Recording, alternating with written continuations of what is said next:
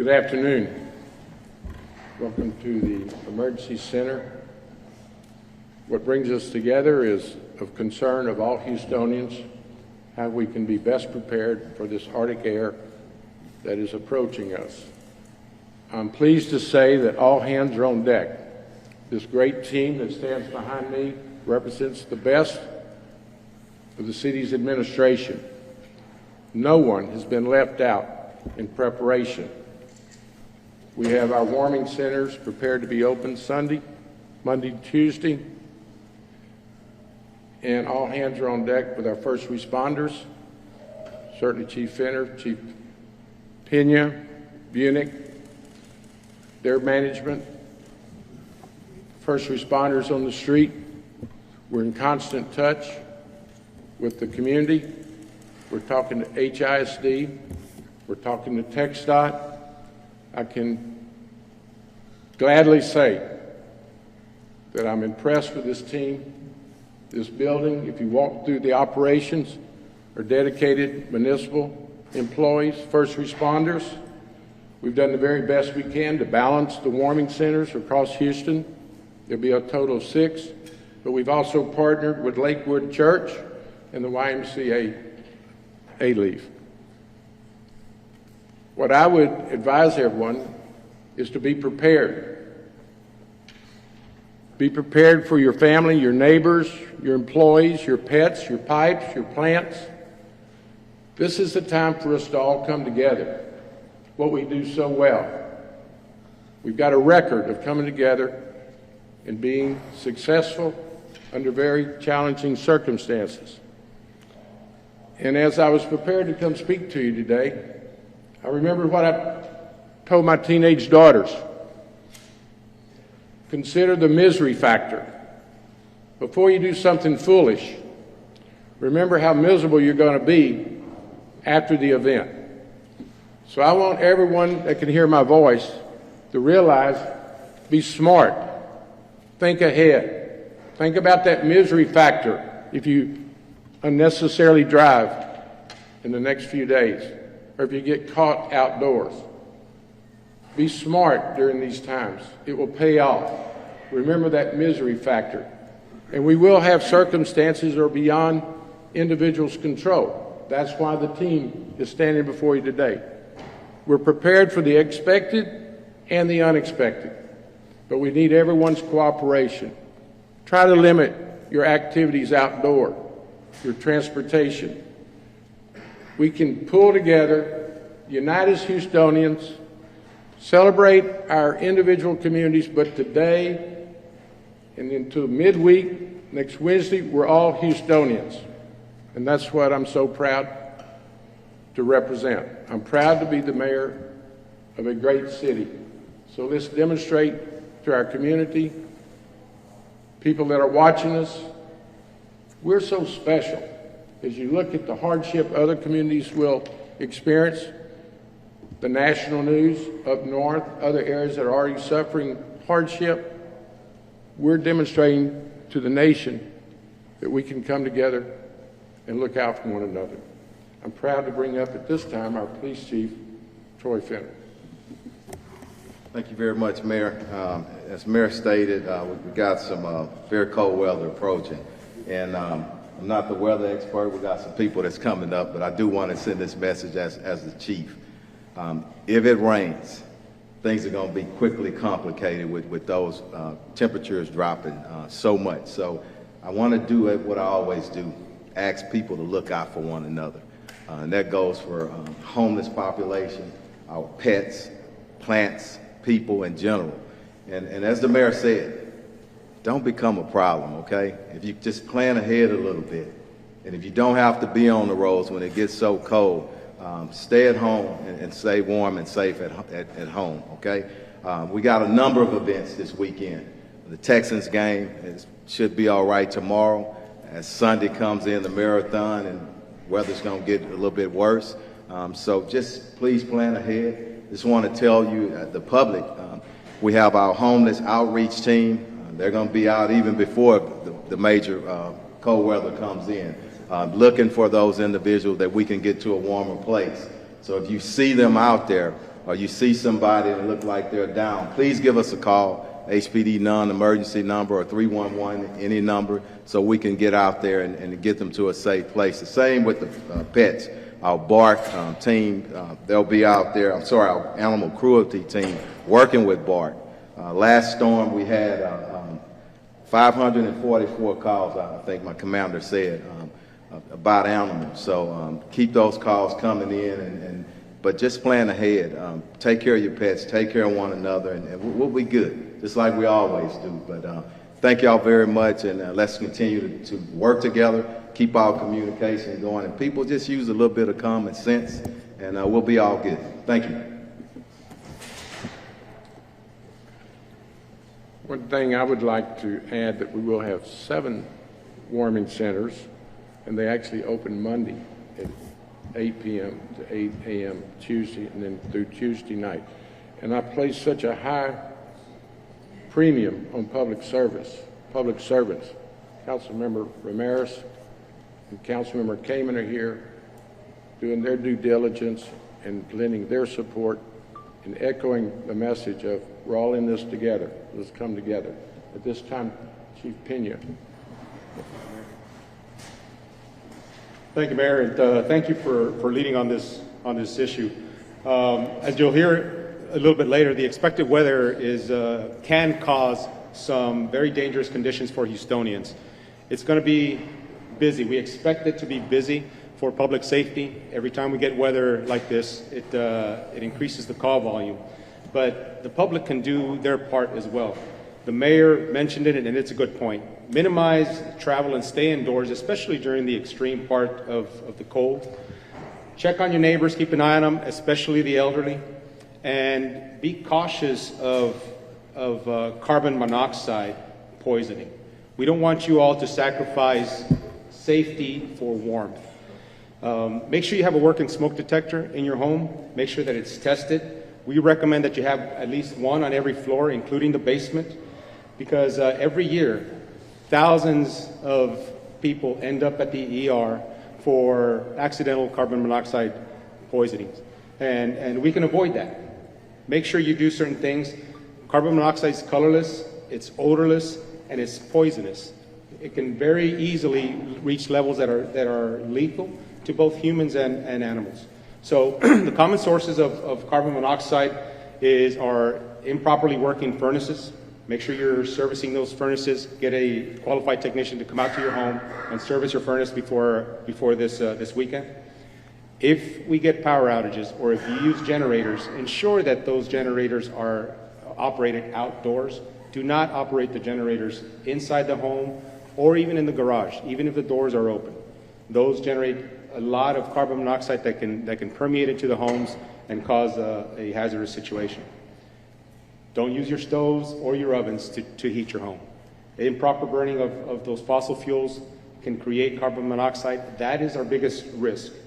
In addition to that, if we have power outages or because it's so cold that you're using your car and the charger to charge your phones or whatever, make sure that vehicle is not inside the garage. Again, even if the door is open, the carbon monoxide is going to fill that home up quickly and it can be lethal. We've had instances in the past, every year it seems like we get calls, 911 calls for accidental carbon monoxide poisoning, and it could be avoided. The last thing is that make sure that your phone settings are such that you can accept alerts from public safety messaging. Make sure you check those settings so you can receive, certainly Alert Houston and other emergency communications that public safety may put out during these times. Space heaters, we'll put out some additional information, but space heaters, if you're going to use a space heater, leave a 3-foot safety zone around those heaters. Anything that's combustible is at risk to catch fire when you use those heaters. Do not go to sleep with the space heater on. Make sure you turn those off. And the last thing is plug those things directly into the wall outlet. Don't use extension cords or anything that causes overheating, and those run a risk of catching fire. So with that, we'll be open for questions. I guess we're going to bring up Chief Unick. Chief Unick. Great, thank you. And Mayor, thank you for your leadership In telling all the other city departments it's going to be on all hands on deck. Every city department is participating and assisting in this expected emergency that we have coming up this weekend. The Office of Emergency Management does have a plan. We do have experience, especially through Winter Storm Uri in December of 2022 weather events. We have a good plan in place. We will be opening up our Emergency Operations Center where we will be assisted by local, county, state representatives. We're also in close contact, and we have up with us here today CenterPoint Energy, and we'll be monitoring the ERCOT grid along with them. We'll also be monitoring the TransStar cameras for any potential icing on the roadways, but we're in a position to respond to and coordinate any different type of event that will come in the city. Next, I'd like to call up Emergency Management Coordinator Tom Munoz, and he's going to talk a little bit more about the specifics on the warming centers. Thank you, Chief Bunet, Chief Mayor, council members. The City of Houston will be operating 6 warming centers throughout the city on Monday and Tuesday, all from 8 p.m. to 8 a.m. on both days. So you can see on the screen, we do have these multi-service centers are Acres Homes, Denver Harbor, Sunnyside, and the Metropolitan on West Gray, as well as Fondy Community Center, Downtown Recovery Center. This is a very dynamic list. Just recently, we just added Magnolia Park Multi-Service Center. All these locations are accessible by Metro and will accept pets. Depending on the needs of the location, pets may be required to be kept in the kennels that are available on site. We're glad to say that thanks to strong partnerships in the community with Lakewood Church and A-Leaf Family YMCA, will be operating those same hours to help the community. We have also received many requests from organizations seeking to volunteer or operate as warming centers. If that is one of you and one of your church groups is interested in participating, please contact us at oemmedia@houstontx.gov. Once again, oemmedia@houstontx.gov, so we can coordinate and share your information. As part of our extreme weather emergency plan, the city offers free rides to these warming centers and locations. If you need a free ride, you can contact 311 by visiting their website, downloading the app, and sending an email or making a call. When we have winter storms, it's important to remember to take care of the 4 Ps: people, pipes, and plants. This is very important. Please check on your neighbors, especially if they're either elderly or live alone. You never know, you could be the difference in saving their lives. If someone in your family has a disability, access, or functional needs, remember to have the plan that includes your accommodations. If you need further information, we're working hand in hand with a great partnerships with the Mayor's Office of Peoples with Disabilities. So please contact them for any additional information, or you could visit our website. We have also been in contact with CenterPoint. They maintain the service reliability. They're on natural gas and propane reserves, and they monitor that. We have been in constant communication with them, and we'll be out doing so throughout the storm. Our team is ready. We've been exercising, working with all those stakeholders, great partnerships that you see behind us, and both internal and external. We want you to feel confident that we are prepared. Houston OEM and the rest of the city stakeholders are committed to safeguarding the Houston community against all hazards. Thank you.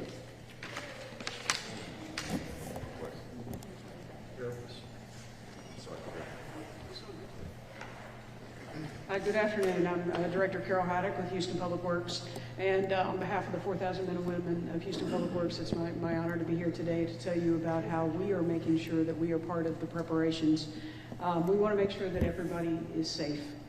What we have done, we're responsible for the water and the wastewater system as well as the streets. I'm going to talk about the water system first. What we have done and what we have learned in the last few years We have made significant updates for resilience in the water system. We have made sure that all pipes that are outside at our facilities are wrapped, that they've been covered, that they've been winterized. Our generators that are throughout the city and at our treatment facilities have all been tested. They're on a routine testing system, but we tested them all again this week just to make sure. We have topped up the fuel if it's a fuel tank that is a liquid fuel, not natural gas through CenterPoint, to make sure that all that's there, and we have our fuel trucks ready to roll if we need them. In addition, as the temperature begins to drop, we will actually cycle those generators on and off to make sure that they are warm, that the blocks do not freeze, and that they're able to continue to be operational throughout the event should we need them. The biggest thing that we have, though, is the partnership with CenterPoint, making sure that we have a heads up should we have any interruption or any expected interruption in power delivery.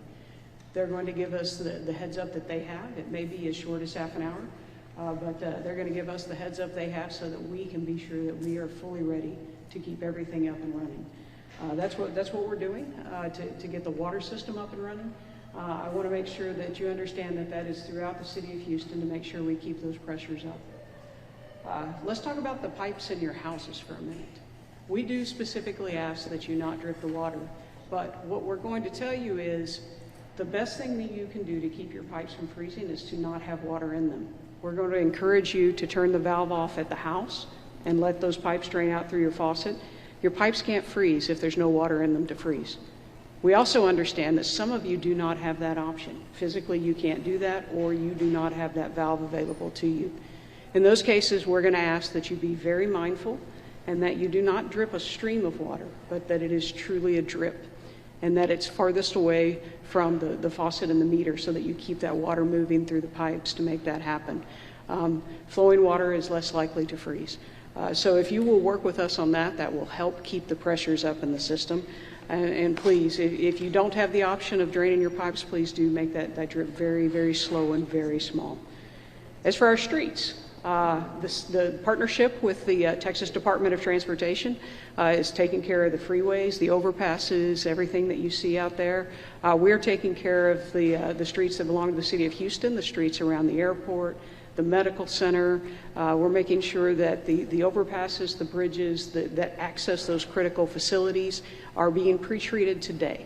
We need that treatment to be down before we would experience any rain, so that it will do what it needs to do should we get rain and freezing. So we are out there. In addition, we have barricades that are being staged around town should we have streets that do freeze up.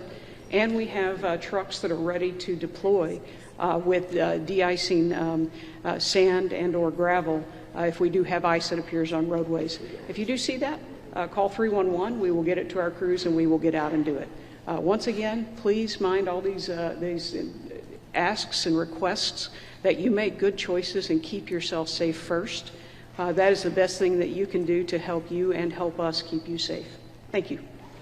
Well said. Before we open it to questions, I want to thank this team behind me. The professionalism, they're prepared to work into the night. They've got their rank and file on the streets as we talk. So I've urged him, don't make me have to change my message later on. But let me just thank them, and I know press, you play such an active role. You're Houstonians. I would ask you to join me in giving these people a round of applause. Y'all can show a little emotion too.